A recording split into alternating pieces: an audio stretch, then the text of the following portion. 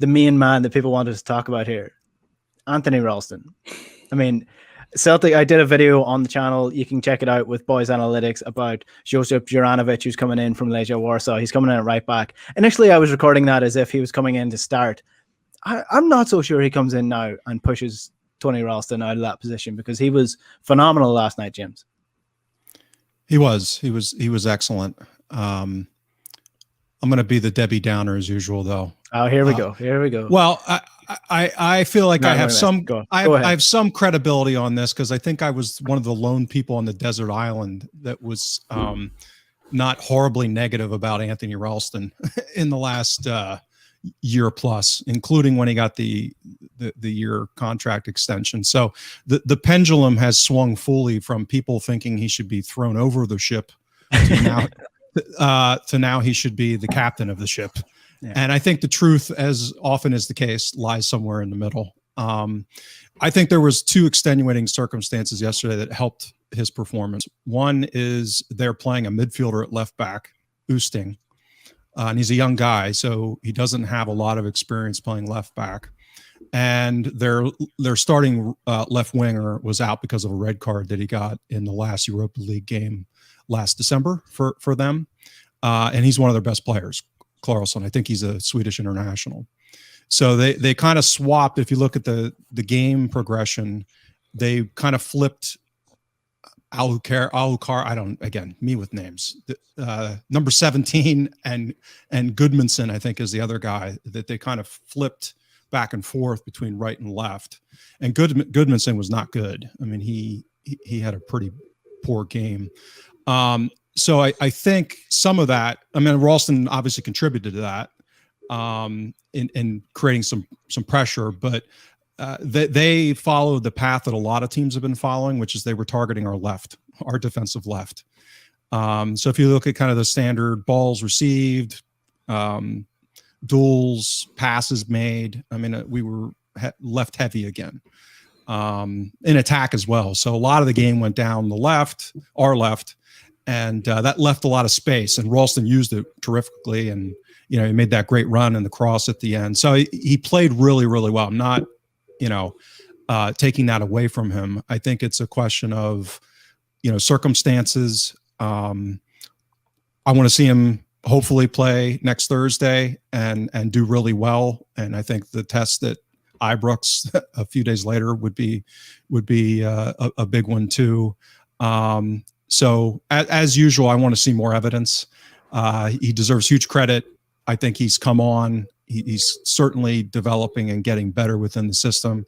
I think the other thing, I'm probably going to share it when I retweet my thread from this morning later. And I'm sure Alan saw this live, whereas I had to look at the action maps afterwards. He did invert a little bit in the game. Taylor did not. Taylor did not invert at all. So I think that was another adjustment that Ange made, but it also speaks to how left dominant the game was.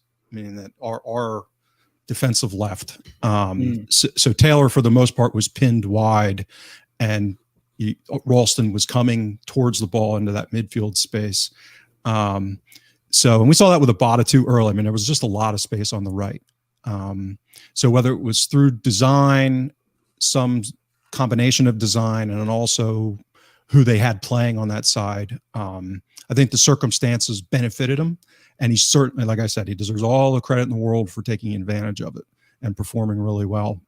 I just continue to be concerned about, as I've said, how does it scale? And we'll see when Clarkson plays next week, probably, assuming he's fit. I don't know why he wouldn't be. And being away and how that looks. So very helpful. I just, I always get nervous when people go berserk. And I think, that's always going to happen with Celtic fans. Of course. And that's part of what, analytics is all about, is trying to cut out some of the extreme emotional swings. And so, like I said, I was extremely positive on Ralston. I did a whole write-up on him and how his age 21, a lot of people just really trashed him in his season at St. Johnston. And I looked at the data, and again, I don't pretend to watch him at St. Johnston, and he didn't play against Celtic for the obvious reason. So when I looked at his data, it was like his age 21 season looked as good, if not better, than Taylor's at Kilmarnock under Steve Clark. So that's why I wasn't horribly negative. And his profile was one of where he was deficient was more technical, not athletic, meaning that he's got some pace, he's got some size, he's a strong guy, he plays hard. And I thought that might translate better once he gets managed by Ange. And that so far is the case, it looks like anyway. And his technical part of it's kind of picking up a little bit. So I'm the other part of this last thing I'll say is we're probably going to play 60 games.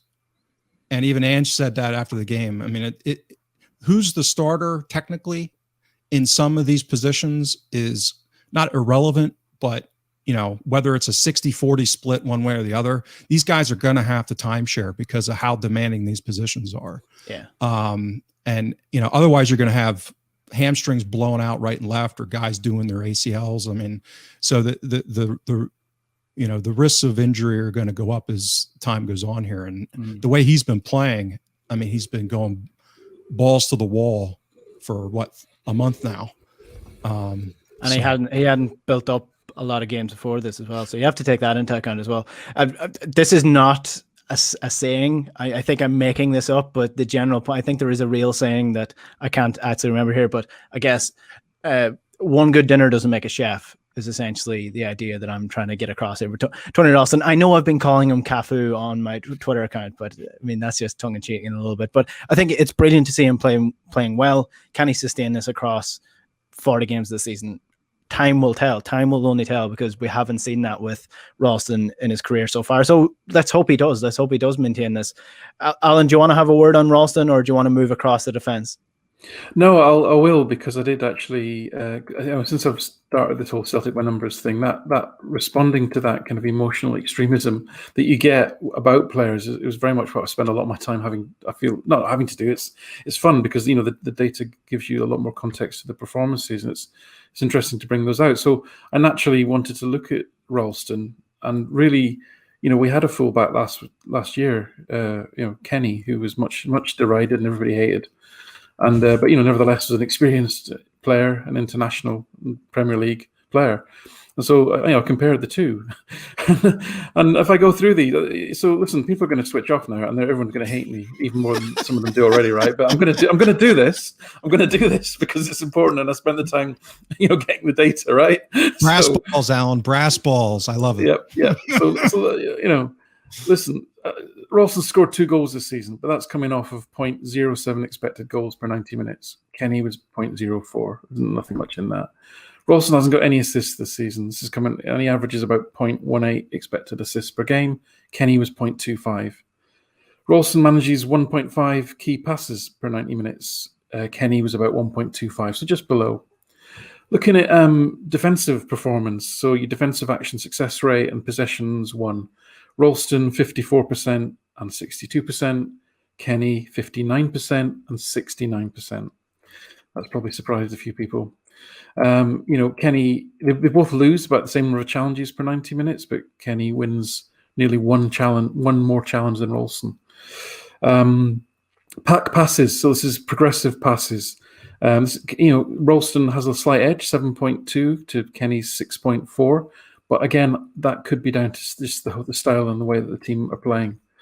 In terms of receiving the ball, receiving forward passes, this is where massive difference. Ralston, I think, is one of the weaker parts of his game is his movement off the ball, and he receives about 7 forward passes a game. With Kenny, it was over 13. And finally, in terms of ball carries, Ralston again has a few more, 2.7 ball carries per 90 minutes, and Kenny had just 2. But, there's really not a lot between those two. And if anything, what the data says is that Kenny was a bit more defensively sound, and everybody hated Kenny. But actually, again, context is everything. If we're saying that actually Ralston's performing at the same level as a very experienced Irish international who's an experienced English Premier League player, then actually that's credit to 22, 23-year-old Ralston, I would say. But listen, let's not go overboard. You hated Kenny for pretty much the same numbers last season.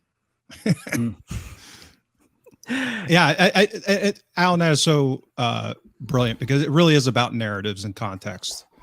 So much of how we perceive these things is because of kind of the mob mentality, and I don't mean that in a negative way. I mean in that there's a communal sense of emotion that takes place, and whether you're winning has a huge impact on how all of this stuff gets interpreted from a, you know, from an emotional perspective. So